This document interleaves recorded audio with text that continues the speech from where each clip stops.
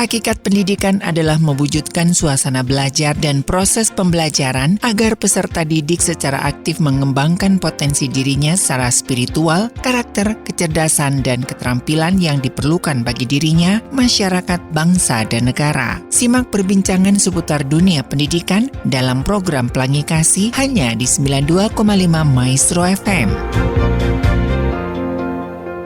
92,5 Maestro FM, House with the Sound. Shalom dan apa kabar Sobat Maestro? Kita bertemu kembali ya di program Pelangi Kasih hari ini Rabu 26 Juni 2024 yang juga bertepatan dengan Hari Anti Narkotika Internasional. Dan peringatan ini ditetapkan dan diselenggarakan setiap tahunnya oleh Badan PBB untuk Narkoba dan Kejahatan atau United Nations Office on Drug and Crime. Secara internasional peringatan ini juga disebut Hari Internasional Menentang Penyalahgunaan dan Peredaran Gelap Narkoba atau Hari Narkoba Sedunia. Dilansir dari Badan PBB untuk Narkoba dan Kejahatan, peringatan Hari Narkotika Internasional tahun 2024 ini mengusung tema The Evidence is Clear, Invest in Prevention. Artinya adalah bahwa bukti-bukti terkait bahaya narkotika sudah nyata sehingga butuh investasi upaya terkait pencegahannya. Hari ini di program Pelangi Kasih tidak membahas mengenai Hari Anti Narkotika Internasional, tetapi kita ngomongin tentang pendidikan. Tapi ya ini memang ada sedikit sangkut pautnya ya Sobat Maestro. Anda bayangkan kalau guru-gurunya memakai narkoba, bagaimana dengan murid-muridnya?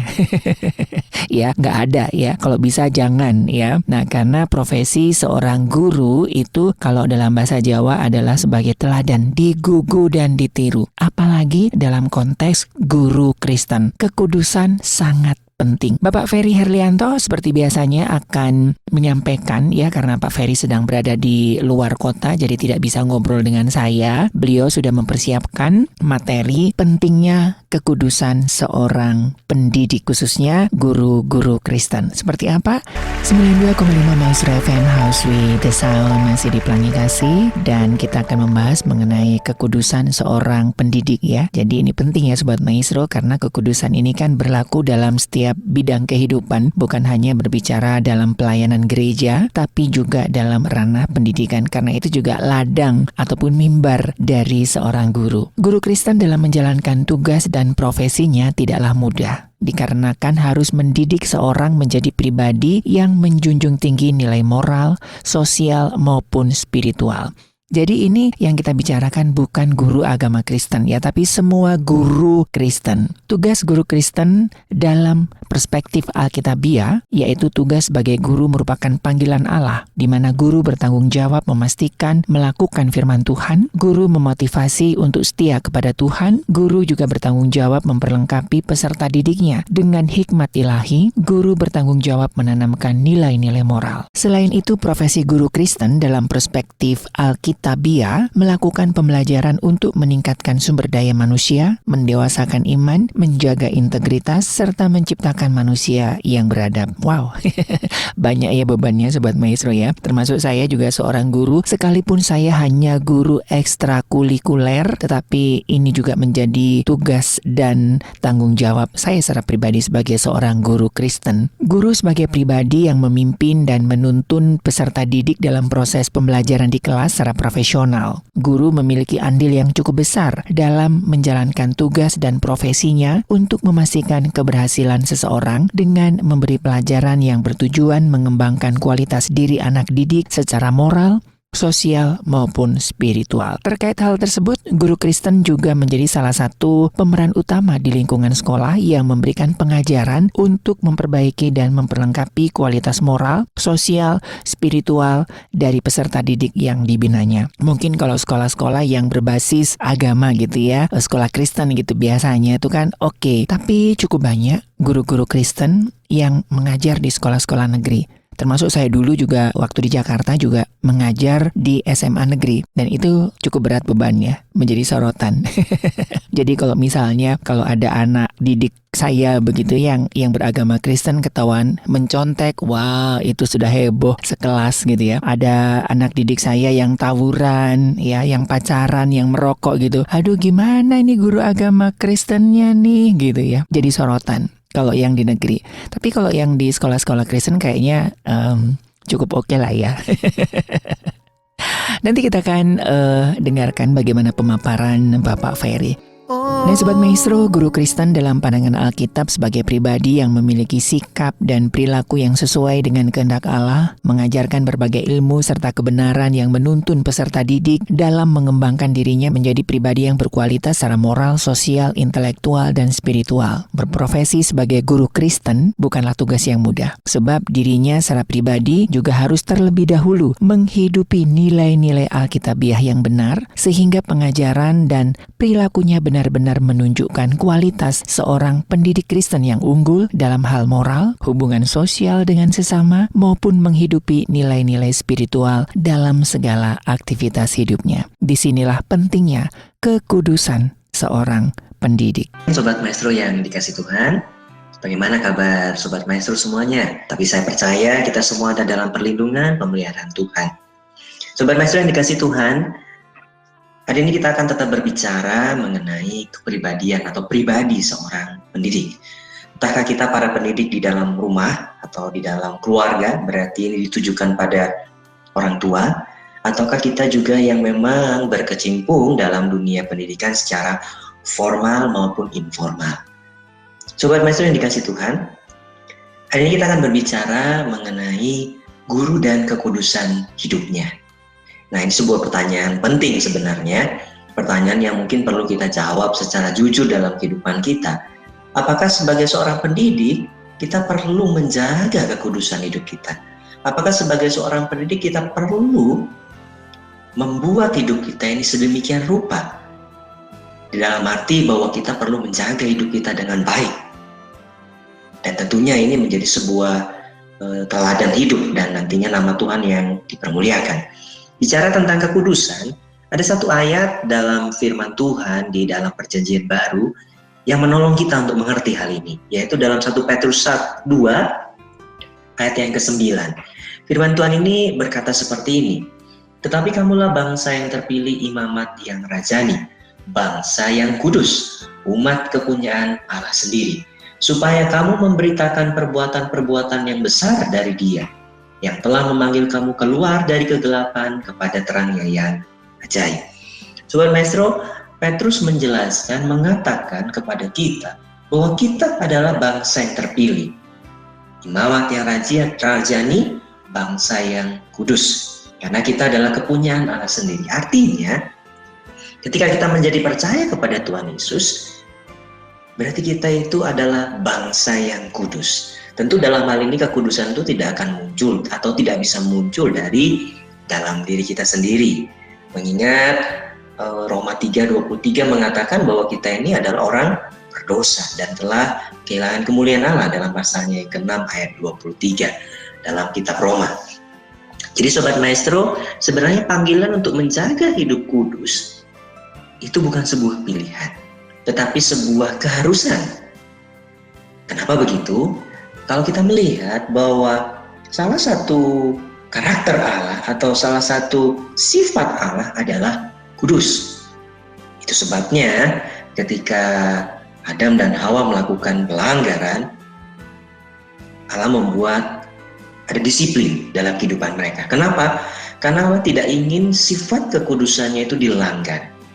Dan sifat itu juga ada dalam diri kita. Ingat ya, para pendidik, baik orang tua maupun juga pendidik guru di pendidikan formal maupun informal, kita adalah ciptaan Allah yang diciptakan serupa dan segambar. Serupa dan segambar berarti kita mewarisi sifat Allah juga, salah satunya adalah kekudusan. Jadi kalau ditanya, apakah penting bagi seorang pendidik, baik orang tua maupun pendidik guru secara formal, menjaga kehidupannya tetap kudus? Tentu jawabannya adalah ya, harus. Nah, dalam bagian Petrus yang lain, dalam 1 Petrus pasal 1 ayat 14, 15 dan 16, ayat ini berbunyi seperti ini.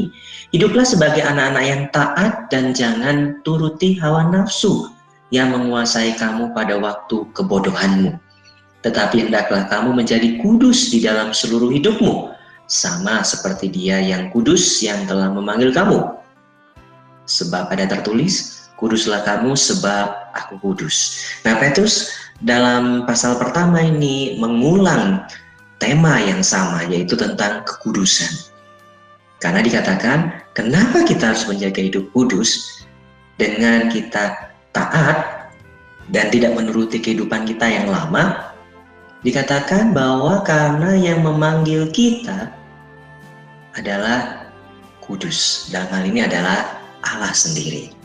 Nah, Sobat Maestro, para pendidik yang dikasih Tuhan, jadi untuk kita menjaga hidup kita tetap kudus, itu bukanlah sebuah pilihan. Sekali lagi, ini bukan sebuah pilihan, tetapi sebuah keharusan yang harus kita jaga. Sobat Maestro yang dikasih Tuhan, bicara tentang kekudusan, malah menurut arti kamus, kata kudus itu artinya murni, suci.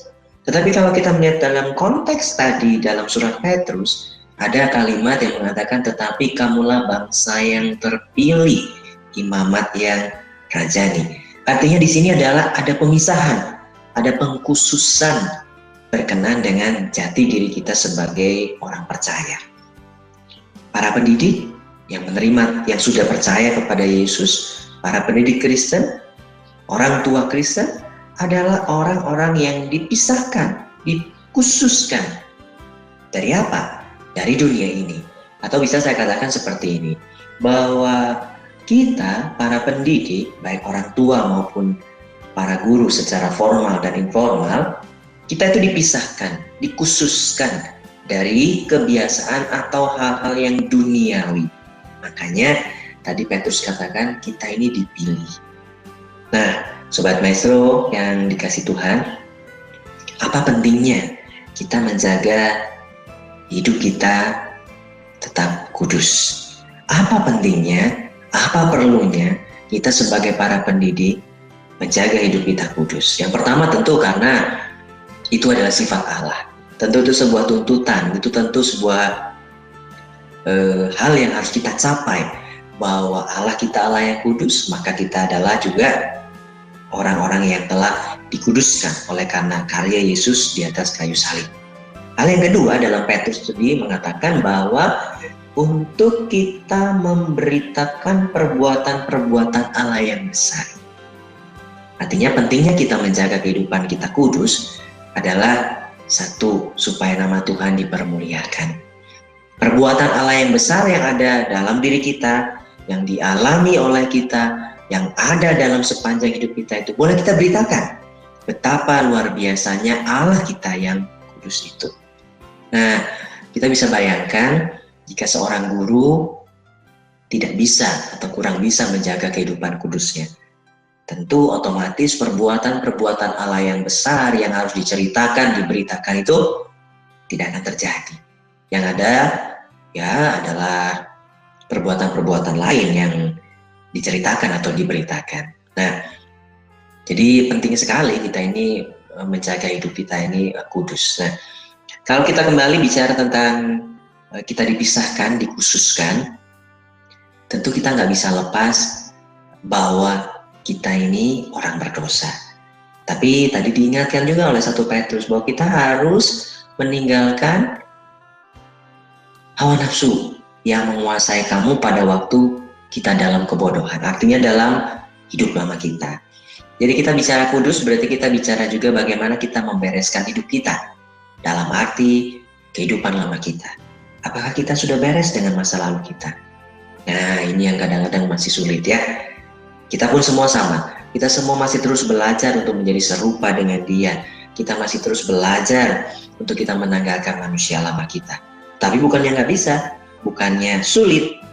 Itu bisa dilakukan. Karena ingat kita punya Roh Kudus dalam kehidupan kita. Supaya tadi kita bisa memberitakan perbuatan-perbuatan Allah yang besar. Sobat Maestro dan para pendidik yang dikasih Tuhan, setelah tadi kita membahas cukup panjang lebar berkenaan dengan arti kekudusan, maknanya dan pentingnya kita menjaga hidup kita kudus, ada satu kalimat atau satu kesimpulan yang bisa kita ambil, yaitu bahwa dengan kita memahami atau memiliki pemahaman yang benar akan kekudusan Allah, itu akan mendorong kita, memotivasi kita untuk kita hidup melakukan apa yang berkenan dan sesuai dengan kehendak Allah. Sebuah pertanyaan umum dalam kehidupan kekristenan kita, yaitu apa yang berkenan dan sesuai dengan kehendak Allah. Itu gampang, itu mudah sebenarnya untuk dijawab, yaitu panggilan kita sebagai para pendidik. Entahkah kita para pendidik di rumah sebagai orang tua, ataukah kita sebagai para pendidik dalam sekolah formal. Artinya begini, dengan kita memahami dengan benar akan kekudusan Allah, maka kita akan menjaga panggilan itu dengan benar dalam hidup kita. Itulah yang dikatakan melakukan yang benar dan sesuai dengan kehendak Allah. Itulah berarti kita menjaga hidup kita kudus di hadapan Allah. Jadi menjaga hidup kudus bukan berarti tidak semata-mata atau hanya sekedar, oh saya jangan berbuat dosa, itu benar, tidak salah. Tetapi salah satu hal yang lainnya yang bisa kita lakukan adalah menjaga panggilan kita sebagai para pendidik dengan benar, dengan setia sampai selesai. Nah, lalu aplikasinya bagaimana? Lalu implikasinya bagaimana dalam kehidupan kita? Yang pertama adalah kita bicara tentang tanggung jawab para pendidik yang dikasih Tuhan. Para pendidik yang mendidik di rumah, yaitu orang tua, punya tanggung jawab lebih besar, punya tanggung jawab yang lebih panjang daripada guru-guru atau para pendidik yang ada di sekolah formal. Tetapi dengan kita memahami dengan benar akan kekudusan Allah, itu yang akan menolong kita untuk melakukan yang berkenan dan sesuai kehendak Allah. Artinya kita akan mengerjakan tanggung jawab kita dengan benar, dengan baik, dengan sampai selesai. Petrus tadi mengatakan, mengingatkan kita, untuk apa kita mendidik generasi yang selanjutnya atau anak-anak kita atau para peserta didik kita itu dengan baik, dengan tanggung jawab. Dalam pasal 2 ayat 9 tadi mengatakan bahwa supaya mereka menjadi generasi yang terus menjadi bangsa yang terpilih, imamat yang rajani, dan bangsa yang kudus. Itu tujuannya. Bahwa kita akan meneruskan kepada generasi ini menjadi generasi yang takut akan Allah. Dan saya rasa dan saya yakin itu pun juga menjadi tujuan utama dari para pendidik di sekolah formal. Karena itu mari, para pendidik baik yang di rumah maupun di sekolah formal, baik pendidikan dasar, menengah, atas maupun pendidikan tinggi, mari kita mengerjakan tanggung jawab kita dengan baik, benar, dengan setia, sampai selesai. Karena itulah berarti kita menjaga kekudusan hidup kita. Yang kedua adalah bicara tentang mengajar. Nah, dengan kita memahami kekudusan Allah, itu yang akan mendorong kita untuk menjaga hidup kita kudus, yaitu dengan melakukan apa yang berkenan dan sesuai dengan kehendak Allah. Berarti kita akan mengajar dengan semangat, rajin, dan penuh kreativitas. Ya, guru-guru yang di sekolah formal kadang-kadang menjadi dilema bagi kita semua ya. Bagi saya pun pernah saya mengalami juga. Yaitu apa? Ketika kita sudah mencapai masa puluhan tahun dalam pengabdian kita dalam pendidikan ya di sekolah formal, kadang-kadang ada rasa bosan. Kadang-kadang ada rasa, aduh tidak ada ide lagi yang baru. Aduh, sepertinya semuanya berjalan biasa-biasa saja. Tidak ada sesuatu yang menarik, tidak ada sesuatu yang membangun kembali energi kita. Nah, hari ini kita diingatkan, kalau kita mau menjaga kekudusan hidup kita dengan melakukan apa yang berkenan dan sesuai dengan kehendak Allah, maka kita diajak hari ini, para pendidik, untuk tetap mengajar dengan semangat, rajin, dan penuh kreativitas. Bukan karena supaya ada sesuatu yang kita dapatkan, bukan karena sekedar aturan, atau juga karena ada peraturan yang membuat kita harus mengajar dengan semangat, rajin, dan penuh kreativitas. Bukan itu semuanya. Tetapi yang mendorong kita adalah karena kita menjaga kekudusan hidup kita. Kita menjaga panggilan kita untuk menjadi para pendidik yang terus semangat dalam mengajar, rajin, dan juga penuh kreativitas. Demikian juga dengan para pendidik yang ada di rumah. Mengajar, mendidik anak-anak di rumah tentu Tadi saya sudah katakan bukan hal yang mudah. Perlu semangat, perlu kerajinan. Kalau kita meminta seorang anak melakukan sesuatu sehingga menjadi sebuah kebiasaan atau habit, tentu kita perlu rajin mengingatkan, rajin menegur, rajin memberikan pujian kalau mereka mampu melakukan dengan baik. Dan juga dituntut juga kreativitas. Karena 1 anak, 2 anak, 3 anak yang ada dalam rumah, tentu kita perlu pendekatan yang berbeda. Perlu kreativitas dalam kita mendidik, mengajar, membuat mereka hidup takut akan Allah. Jadi ayo, kita terus semangat dalam mengajar, rajin dan penuh kreativitas.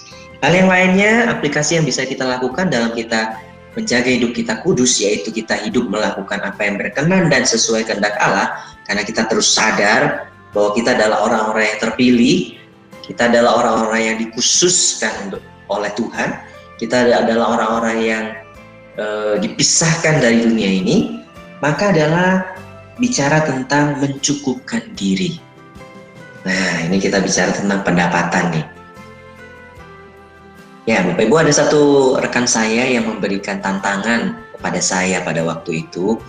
Dia katakan begini, Pak Ferry, apakah bisa ketika kita punya pendapatan yang kecil, menengah, tinggi, atau tinggi sekali, tetapi standar hidupnya itu tetap? Saya berpikir dengan satu pertanyaan itu, dengan tantangan itu, Bapak Ibu dan Sobat Maestro serta para pendidik yang ada. Saya berpikir gitu ya, ya benar juga ini tantangan ini. Kalau kita, ya anggaplah sebagai contoh begini, ketika gaji kita 5 juta, kita mungkin sanggup membeli HP 2 juta. Ketika gaji kita 10 juta, apakah kita akan beli HP yang 5 juta atau HP yang tetap 2 juta? Ketika gaji kita mungkin naik menjadi 15 juta, pendapatan kita dalam bulanan itu menjadi 15 juta, apakah kita akan tetap membeli HP yang 2 juta, cukup dengan 2 juta itu, atau kita mungkin tergoda untuk membeli HP yang 8 juta sekarang? Karena kita mengingat bahwa pendapatan kita sekarang lebih melampaui dari apa yang ada dari sebelum-sebelumnya. Nah, kalau kita menjaga kehidupan kita kudus, Bapak Ibu dan Sobat Maestro serta para pendidik, maka kita akan belajar untuk bersyukur dan mencukupkan diri dengan apa yang ada. Malu ya, kita kalau sebagai para pendidik, baik di rumah maupun di sekolah, kita terlilit hutang. Kemudian peserta didik kita, anak-anak kita mendengar berita bahwa, waduh, papa mamanya itu terlibat hutang, terlilit hutang, atau gurunya juga dikejar-kejar debt collector. Wah, kita tentu sulit sekali, seperti yang Petrus tadi katakan, yaitu memberitakan perbuatan-perbuatan yang besar. Bukan perbuatan besar yang kita akan beritakan tentunya. Wong kita terlilit hutang, dikejar-kejar debt collector, tentu tidak nyaman. Nah, ketika kita menjaga kekudusan hidup kita, para pendidik yang ada di rumah, Sobat Maestro yang mendengarkan acara kita pada siang hari ini, mari kita belajar bersyukur dan mencukupkan diri dengan apa yang ada. Karena itu termasuk dengan kita menjaga kekudusan hidup kita. Sobat Maestro dan para pendidik, aplikasi apa lagi yang bisa kita lakukan, yang kita bisa kerjakan, yang bisa kita ambil dalam hal kita menjaga kekudusan hidup kita di hadapan Allah dengan kita melakukan apa yang berkenan dan sesuai dengan kehendak Allah. Hal yang lainnya, yang selanjutnya adalah kita jujur dengan diri kita sendiri. Tadi 1 Petrus 1 ayatnya yang ke-14 dan 15 menjelaskan, menuliskan kepada kita, mengingatkan supaya kita jangan hidup lagi dikuasai oleh hawa nafsu yang mengikat kita pada waktu kita ada dalam kebodohan kita, yaitu ada dalam manusia lama kita.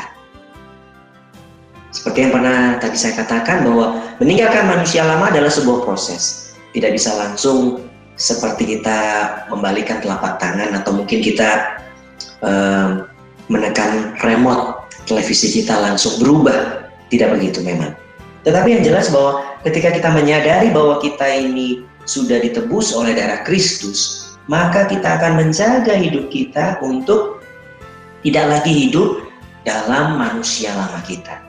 Itu sebabnya Petrus juga katakan dalam pasal 2 ayat 9 tadi, dalam kalimat terakhir, bahwa karena kita dipanggil sudah keluar dari kegelapan kepada terangnya yang ajaib. Artinya kita hidup di dalam terang sekarang, Sobat Maestro dan para pendidik.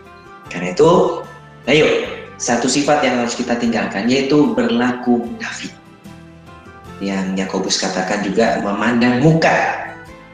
Kita harus jujur dengan diri kita. Mana bagian-bagian dalam diri kita yang memang belum beres. Akui di hadapan Tuhan, minta kekuatan sama Tuhan untuk kita bisa membereskannya. Jangan ditutupi dengan hal-hal yang lain yang ternyata tidak membuat itu beres, tapi malah menumpuk dan mungkin menjadi bahaya laten, bahaya tersembunyi dalam diri kita yang mungkin bisa kapan saja muncul. Dan ketika itu muncul, maka kita tidak lagi bisa menjaga kekudusan hidup kita, karena tidak lagi kita melakukan apa yang berkenan dan sesuai dengan kehendak Allah. Mari kita jujur dengan diri kita. Bagian-bagian mana yang masih terus kita gumulkan, akui di hadapan Tuhan, selesaikan, dan berkomitmen untuk meninggalkannya.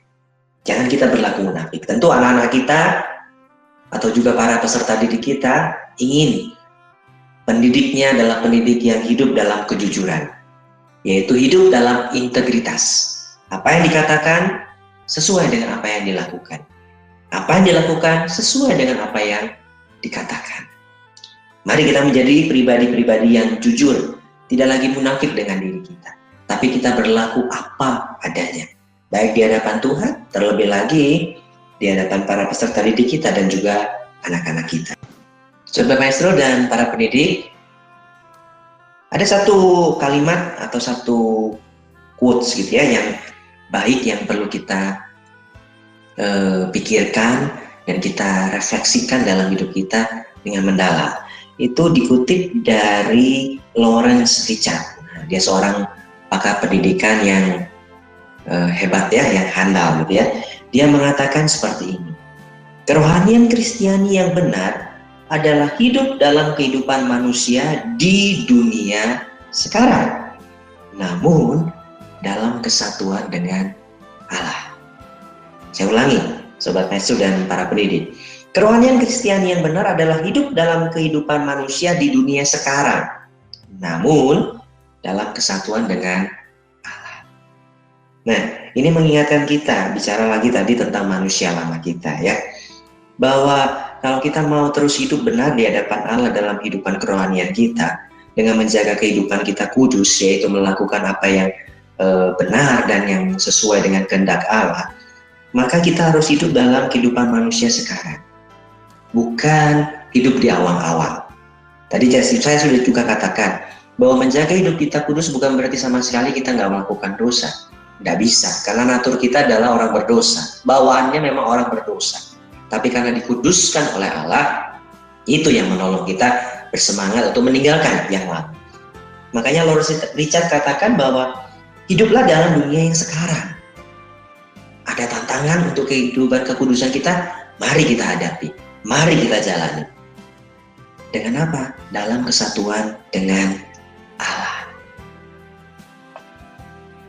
Sobat Maestro dan para pendidik, sebagaimana tadi yang kita sudah bicarakan, kita diskusikan, bahwa ketika kita hidup bersama dengan Allah dalam dunia kita sekarang ini, itu artinya bahwa kita terus sadar bahwa diri kita ini telah ditebus oleh darah Kristus, sehingga kita dipandang kudus, benar oleh Allah. Sehingga kita punya komitmen nih. Para guru harus komitmen juga nih. Para pendidik di rumah juga punya komitmen. Apa komitmennya? Yaitu menjaga anggota tubuhnya supaya tidak jatuh ke dalam pencobaan. Nah, ini bicara tentang kita tidak melakukan lagi hal-hal salah, kebiasaan-kebiasaan buruk yang mungkin masih ada dalam diri kita. Kita harus terus mengingat, kita harus terus menjaga tubuh kita itu dengan benar. Ingat bahwa tubuh kita itu sudah dibayar dengan harga yang mahal, dengan darah yang mahal, yaitu hidup Tuhan Yesus sendiri. Karena mari kita terus berjuang untuk tidak lagi menyerahkan diri kita, tubuh jasmani kita ini sebagai senjata kelaliman. Nah, Roma katakan. Tetapi kita dipakai, atau tubuh kita itu dipakai untuk menjadi sebagai senjata kebenaran. Sobat Maestro dan para pendidik yang dikasih Tuhan, guru dan kekudusan.